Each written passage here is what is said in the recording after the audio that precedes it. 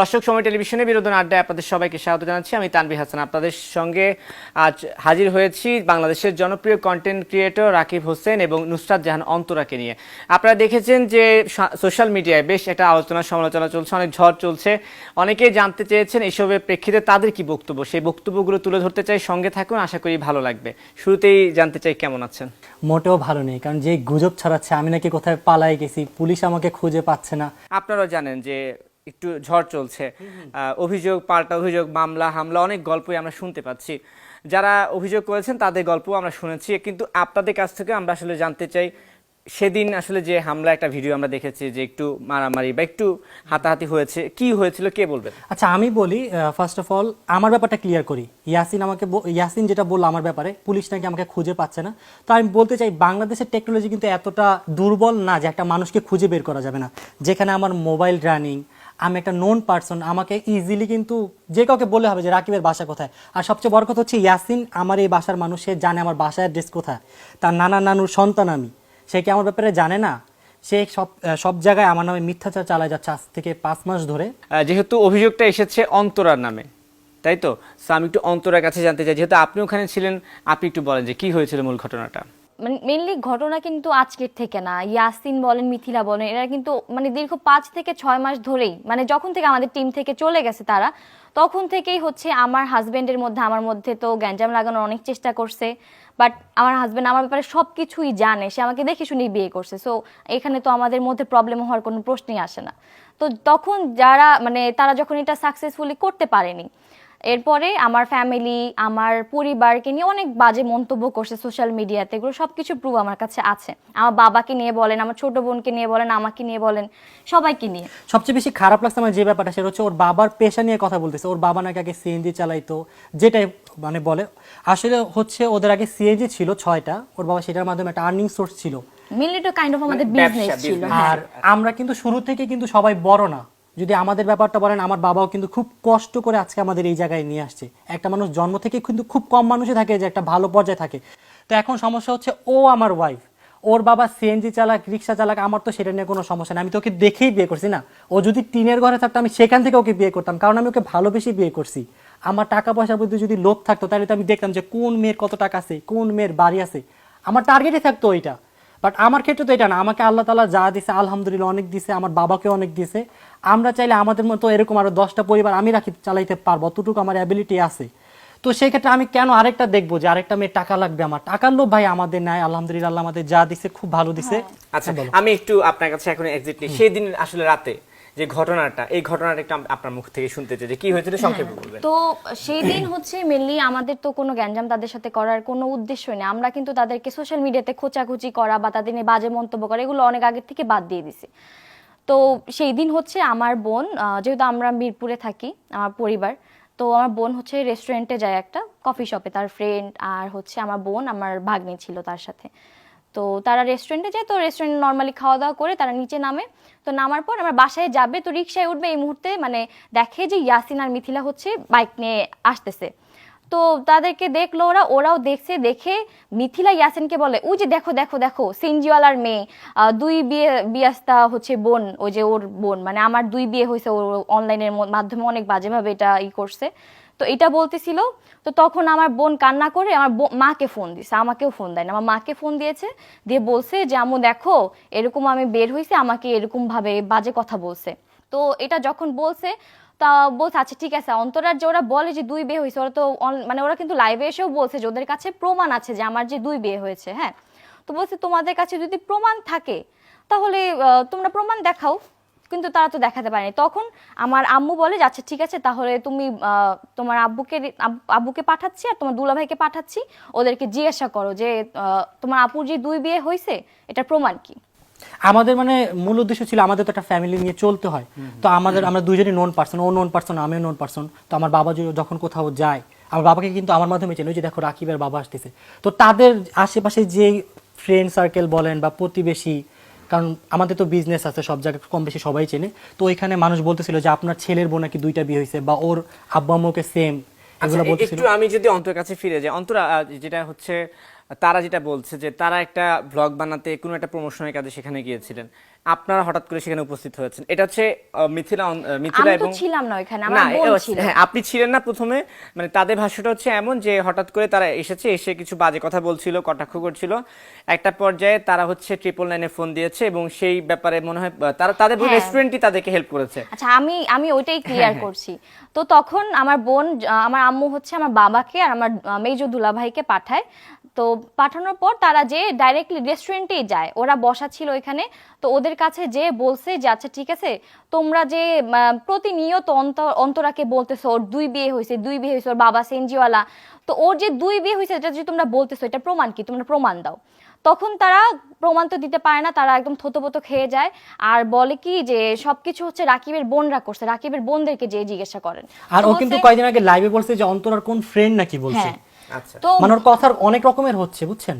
আর এমন একজনের নাম হচ্ছে যাকে আমরা জীবনে চিনি না, যে ছেলেকে দেখাইছে সেই ছেলে নিজে ভিডিও বানায় বলছে যে অন্তর সাথে হ্যাঁ, আমার আমি কোনো সেটা দেখেছি এবং আপনারা যথাসম্ভব সেটা শেয়ারও করেছেন। Share ও করেছি। ভিডিওটা। বান্ধবীর ভাই বা আচ্ছা, আমার right, আমার right, বেস্ট right. ফ্রেন্ডের ভাই হয় আর কি, উনি এখন ইউকে তে থাকে। তো এরকম যখন কাহিনী হয় তো আমার ভাইয়া নরমালি ওকে জিজ্ঞাসা করছে, ওটা ভিডিও আমার কাছে আছে, আমি আপনাকে দেখাবো। তো এটাই, এতটুকুই, ঠিক আছে। তো তখন রেস্টুরেন্টে ওনারা এসে বলে যে এটা এখানে আসলে এরকম চলবে না, তো আপনারা চলে যান। তো আমার বাবা মা কিন্তু তখনই, মানে বাবা না অ্যাকচুয়ালি আমার ভাইয়া আর আমার বাবা তখনই ওখান থেকে চলে আসে। তো আসার পর তারা মেবি 999 নাম্বারে কল করেছে। তো যেহেতু আমার কি বলে, আমার ননাসদেরকে ওখানে দোষারোপ করা হয় যে তারা এরকম একটা কথা বলেছে, আমার 2 বিয়ে হয়েছে। তো তখন রাকিব বলে আচ্ছা ঠিক আছে চলো, তো ওরা তো এখানে আছে, তো আমরা যাই, আপুদেরকে নিয়ে যাই, জিজ্ঞাসা করি, তাহলে তো আজকে ক্লিয়ার হয়ে যায় ওরা এরকম প্রতিনিয়ত কেন বলতেছে এটা। তো আমরা আপুদেরকে নিয়ে, আমি, আমার ননদ, ও আর 2 আপু যায়। তো ও এখানে একদম উপস্থিতি ছিল না, ও বলছে আমি তুমি ঘটনাস্থলে ছিলাম না। তুমি ওদেরকে নিয়ে যাও। তো আমি, ঋতু আর আপুর আমার সাথে যাই। যাওয়ার পর দেখি ওখানে পুলিশ আর হচ্ছে এলাকা ভিত্তিক কিছু মানুষ ছিল। তো তারা সবকিছু কিন্তু ওইখানে অলরেডি যাচাই করা হয়ে গেছে, ওরা কিন্তু স্বীকারও করে ফেলছিল যে হ্যাঁ আমাদের মানে আমরা করব, সাইন করে তারপরে ওইখান থেকে যাবে, ওরা নেক্সট টাইম কখনো এগুলো করবে না। মিথিলা হ্যাঁ, নিয়ে আসি। এই মুহূর্তে যে তারা অনেক বাজে সিন ক্রিয়েট করে ফেলে, যখন আমাকে আর ঋতুকে দেখে ওইখান থেকে তারা এরা আসছে কেন, এরা কারা, এরা মানে অনেক বাজে ব্যবহার করে ওইখানে আমাদের সাথে। তো ওইখান থেকেও আমরা চলে আসি। তো ওদেরকে তখন পুলিশ বলছে, যেটা ওরাও বলছে যে পুলিশ ওদেরকে একদম সুরক্ষাভাবে নামানোর চেষ্টা করে। তো তারা যখন নেমে যায়, তো আমরা ফ্যামিলি যেহেতু অনেক মেম্বার ছিলাম, তো সবাই নামে। তো পরে আমি আর ঋতু নামার জন্য যাই আর কি। তো এর মধ্যে তখন তো তারা নেমে অলরেডি হচ্ছে কি বলে বাইকে উঠে চলে যাচ্ছিল। তো তখন আমার ছোট বোন যেহেতু আমার আগেই নেমে গিয়েছে, তো আমার ছোট বোনকে সে আঘাত করে বাইকে ওঠার চেষ্টা করে। ঠিক, মিথিলা। হ্যাঁ, মিথিলা যে পার্টটা ইয়াসিন দেয় নাই, ওরা পার্টটা শুরু করছে কখন, পরে ওরা ফার্স্টে মিথিলা আপনারা- থেকে হার্ট করে যখন যাচ্ছিল, তখন অন্তরার বড় বোন গিয়ে মিথিলাকে ধরে, কিরে তুই আমার বোনের হাত ভাঙা ফেলবি। এটা তো ওর হাতটা স্বাভাবিক ধরে। ভাইয়া, দেখেন তখন কি আপনার পুলিশ ছিল না? হ্যাঁ ছিল। পুলিশ তো ছিল। আপনি এটাই ভাবেন, পুলিশ ওখানে দাঁড়ায় কেন দেখবে? তাদের যদি কোনো ফল্ট না থাকে তাহলে তো পুলিশ ওখানে দাঁড়ায় থাকার মতোই না। আমার ভাগ্নি দেখেন এখানে counter কিন্তু- দিছে, দেখেন। দেখেন আমার ভাগ্নি কিন্তু দেখেন এখানে একটা কথা বলেছে যে কত বড় সাহস, গায়ে হাত তুলো। এটা কিন্তু আপনাদের যে ভিডিওটা দেখছেন, আপনি কি সাহস কত কাউন্টারটা বড়। দেখছেন যে সাহস কতবার গায়ে হাত তুলে? এই কথাটা তখনই বলে যখন কেউ একজনকে পার্সনকে হার্ট করে।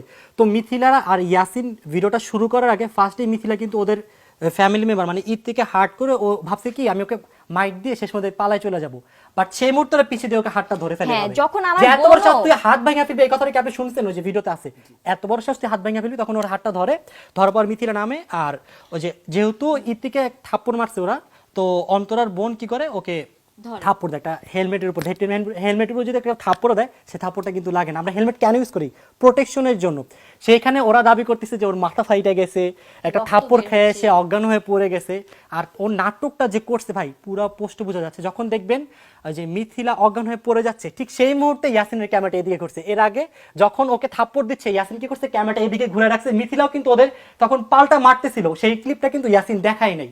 আমার বোন দেখেন তার 2 মাসের একটা বেবি আছে, 2 মাস আগেই কিন্তু তার একটা সিজার হয়েছে, সেইখানেও কিন্তু মিথিলা আঘাত করছে। মানে আমরা কিন্তু চাইলে এগুলা পাবলিকলি এসে বলতে পারতাম বা আমরা আগে দিতে পারতাম, কিন্তু আমরা চাইনি যে ওই দিনের যে ঘটনাটা। পুরো ঘটনাটা পুরো পরিকল্পনা ছিল ওদের। দেখেন ওদের ক্যামেরা ক্যামেরা সেটআপ সবকিছু দেখলে কিন্তু না, এক্ষেত্রে ক্যামেরা সেটআপ নিয়ে আমি একটু বলি, সেটা হচ্ছে আমিও প্রশ্ন করেছিলাম, তারা বলেছিল যে মূলত যেহেতু তারা একটা প্রমোশনের কাজে গিয়েছিল, তার ক্যামেরা সেভাবে অন করা ছিল, সেভাবে ভিডিওটা হয়েছে।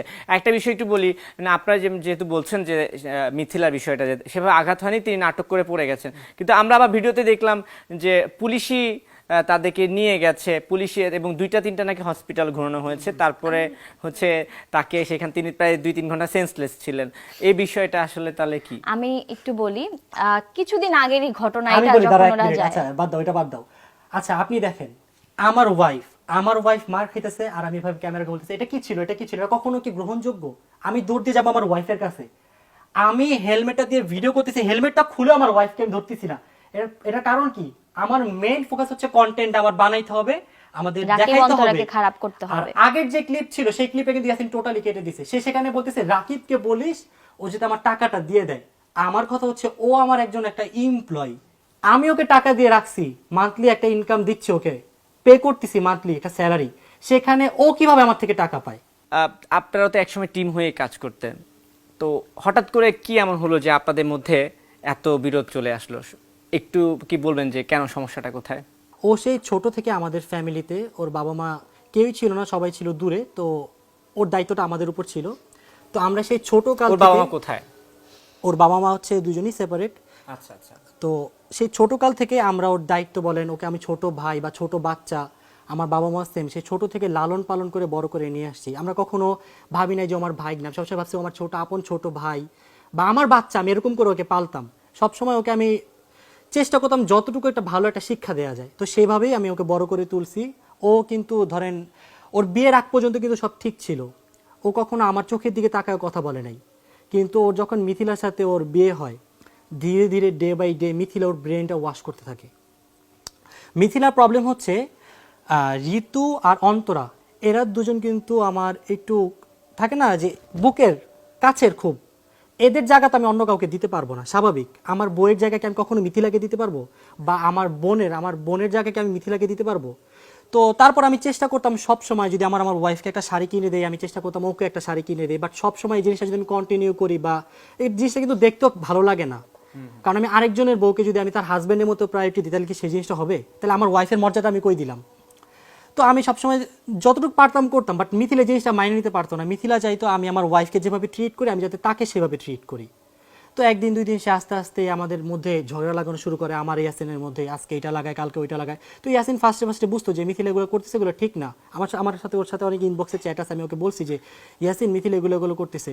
তো বলে যে মামা বুঝুই তো, বাসায় গেলে এরকম উল্টাপাল্টা করে, ওর মা এগুলো শিখায় দেয়, থাক। তা আমি বলছি থাক, আমার এই কথা নিয়ে তুই আবার ওরে কিছু বলিস, আমি জাস্ট তোরে জানাই রাখলাম। এক দুই দিন বলছি, তো আমার কাছে মনে হলো যে এই জিনিসগুলো আমি না বলাই ভালো, বললে হয়তো ওদের সাংসারিক জীবনে আরও সমস্যা হবে। তো মিথিলা করতো কি, ওর কাছে গিয়ে আমাদের ফ্যামিলির নামে বা আমার নামে উল্টাপাল্টা কথা বলতো, আবার ওর কথাগুলো ওর থেকে যদি ও এটা বলতো বানায় ফেলতো আরেকটা, এটা বলে আমার আম্মুর কাছে ওর নামে অনেক উল্টাপাল্টা আজে বাজে কথা বলতো। এটা বলতে বলতে হয় কি, আমাদের পুরো ফ্যামিলিটার মধ্যে এক একজনের কথা এক একজনের কাছে বলতে বলতে বলতে বলতে মানে পুরো ধ্বংস করে দিছে। মানে আমাদের এক একজনের যে কমিউনিকেশন, সেই জিনিসটা পুরো নষ্ট করে দিছে। আমার আম্মু ওর সাথে কথা বলে না, আমার সাথে কথা বলে না, আমি নিচে আসলে আমার আম্মু উপরে চলে যায়, মানে জিনিসটা এমন হয়ে গেছে। একদিন দুই দিন তিন দিন যখন জিনিসটা আস্তে আস্তে সবার সামনে আসে, সবাই আমরা মিথিলার আসল রূপটা জানতে পারি, তো আমরা ক্লিয়ার হয়ে যাই যে আসলে মিথিলার স্বভাবটা কেমন। তো ইয়াসিনের আমি একটা ইউটিউব চ্যানেল খুলে দেই, তো ইয়াসিন খুলবেই না কোনোভাবে। তো আমি বলছি না, কেন খুলবা না, তোমার খোলা উচিত, তোমাকে আমি খুলে দিই, আমি A to Z তোমাকে সব শিখাই দিব, করে দিব, যেভাবে লাগে তোমাকে আমি হেল্প করবো। তো আমি ওর একটা ইউটিউব চ্যানেল খুলে দিই, চ্যানেলটা আমি রান করি। তো ইয়াসিন মোটামুটি আলহামদুলিল্লাহ শুরুতে মোটামুটি একটা ভালো রেসপন্স পাই। ইয়াসিনকে তো আমি একটা স্যালারি দিচ্ছিলাম, ওদের বিয়ের পর ওদের ভরণ পোষণ A to Z সব কিছু আমার দায়িত্বে ছিল। আমি মান্থলি একটা স্যালারি দিতাম, তার পাশাপাশি ওদের কখন কি লাগবে, কি খাবে, কখন কোথায় যাবে, কোন জায়গায় ঘুরবে, সব কিছু আমি বহন করি। মনে করেন আমি ফুচকা খাবো, ও মিথিলার জন্য ফুচকা এনে দিত, এরকম আমাদের ছিল। বন্ডিংটা এমন, মানে আমি অ্যাটলিস্ট আমি পারি না কাউকে রাইখে খাইতে। আমার যদি আমার ওয়াইফ খায়, আমি আমার বোনকে খাওয়াই, আমার বোন খাই, আমার ওয়াইফকে খাওয়াই। এরকম আমাদের আশেপাশে একটা 6-7 জন আমাদের একটা ফ্যামিলি, তো সবাই মিলে আমরা সবসময় চেষ্টা করি যে একসাথে মিলেমিশে থাকবো। বাট যখন আমি ইয়াসিনের চ্যানেলটা খুলে দেই, তো মোটামুটি কয়েকদিন যাওয়ার পর ইয়াসিনের ভিতর মানে একটা লোভ লালসা মিথিলা ঢুকাই ফেলে এনিহাউ, যে তুমি এখন রাকিবের চ্যানেলে যে কাজ করে যে স্যালারি পাচ্ছ, হয়তো বা আমরা এর চেয়ে বেশি পাবো, এরকম করলে তুমি ওইটা বাদ দিয়ে দাও। তো তো আমি ইয়াসিনকে বলছি, ইয়াসিন শোনো, তুমি যদি এখান থেকে চলে যাও সমস্যা নেই, কিন্তু ওই মুখ কালাকালি এগুলো দরকার নাই, তুমি তোমার মতো করো। তুমি যদি একটু ভালো পর্যায়ে যাও সেটা হচ্ছে খুশি, আমার চার কেউ হবে না। তোমার খুশি মানে আমার খুশি। আমি ইয়াসিনকে এটা অনেক বুঝাইছি, কিন্তু ইয়াসিন ধীরে ধীরে ডে বাই ডে ওর ওয়াইফ যেভাবে ওকে বলতেছে ও সেটাই করতেছে। আজকে এটা, কালকে ওইটা, তোমার নানু এটা করছে, তোমার অন্তরা এটা করছে, ঋতু আমার সাথে এটা করছে। তো ইয়াসিন ওর কথা মতো শুনতে শুনতে শুনতে শুনতে আমাদের সাথে একটা কানেকশন খারাপ করে ফেলে। অথচ যেগুলো আমরা করিনি, আমি বা ঋতু আমরা কেউই করিনি, ওগুলো বলতো ইয়াসিনকে। তো এগুলো নিয়ে আস্তে আস্তে গ্যাঞ্জামটা বাঁচতে বাঁচতে যখন বড় একটা গ্যাঞ্জাম হয়, তো আমরা কক্সবাজার যাই। কক্সবাজার যাওয়ার পর ওইখানে মিথিলা বলে ঋতু নাকি কি বলছে, কিন্তু ঋতু এটা বলে নাই। তো আমি সবসময় ওইখানে গিয়ে সবসময় মতো বুঝাইলাম যে দেখো, নিজেদের মধ্যে এরকম করো না, ও ঋতু এই কথা বলে নাই, তোমাকে এই কথাটা ঋতু কেন বলো? যদি বইলেও থাকে তুমি আমাকে বলতা, এগুলো নিয়ে তো বাড়াবাড়ি করার কিছু নেই। বলেন না, আমরা থাকবো না, আমরা কালকে সকালেই চলে যাব। তা আমি বললাম আচ্ছা ঠিক আছে, তোমরা যেহেতু চলে যাবা তাহলে আমাদের ক্যামেরাটা তুমি যেহেতু এতদিন হ্যান্ডেল করছো, একটা মানুষ যখন জব করে হঠাৎ করে জবটা ছাড়াটা কিন্তু ঠিক না, অ্যাটলিস্ট একটা দায়িত্ব একজনকে দিয়ে যাওয়াটা উচিত। শূন্যতা হয়ে হ্যাঁ। যায় সেই ক্ষেত্রে। তো আমি বললাম তুমি চলে যাবা, তাহলে এক কাজ করো, তাহলে তুমি জয়কে দিয়ে দাও। আমার খারাপ লাগছে, কষ্ট লাগছে যে এই ইয়াসিনের জন্য আমি এত কিছু করলাম, আর এই ইয়াসিন আমাকে এখন এভাবে ফালাই রেখে চলে যাবে ঢাকার বাইরে, আমি কক্সবাজার। তা আমি একটু রাগ হয়েছি, ঠিক আছে যাও তুমি, তোমার সাথে আমার আজকে পড়ার কোনো কথা হবে না, তুমি চলে যাও। এটা বলে আমি আমার রুমে চলে আসলাম। তো ইয়াসিনের মধ্যে চলে গেল। এই যে ইয়াসিন গেল, ইয়াসিনের সাথে কিন্তু আমার আর কোনো কানেকশন নাই।